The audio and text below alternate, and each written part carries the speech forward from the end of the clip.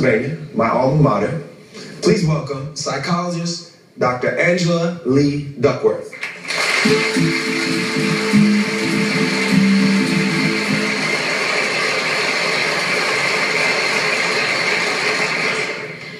When I was 27 years old, I left a very demanding job in management consulting for a job that was even more demanding, teaching. I went to teach 7th graders math in the New York City public schools. And like any teacher, I made quizzes and tests, I gave out homework assignments. When the work came back, I calculated grades. What struck me was that IQ was not the only difference between my best and my worst students. Some of my strongest performers did not have stratospheric IQ scores. Some of my smartest kids weren't doing so well. And that got me thinking.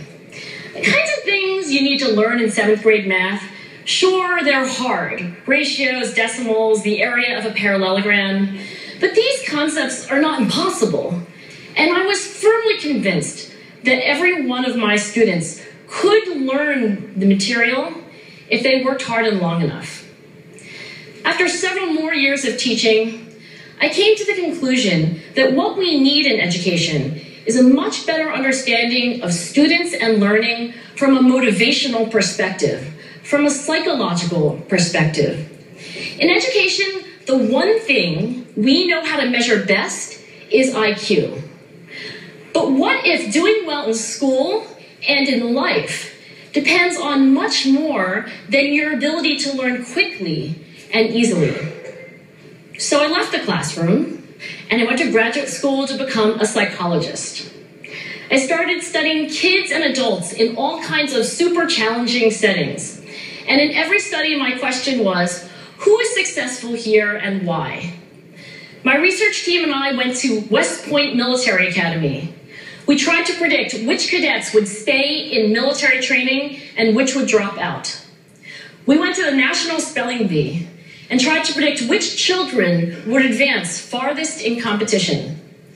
We studied rookie teachers working in really tough neighborhoods, asking which teachers are still going to be here in teaching by the end of the school year. And of those, who will be the most effective at improving learning outcomes for their students? In all those very different contexts, one characteristic emerged as a significant predictor of success. And it wasn't social intelligence, it wasn't good looks, physical health, and it wasn't IQ. It was grit.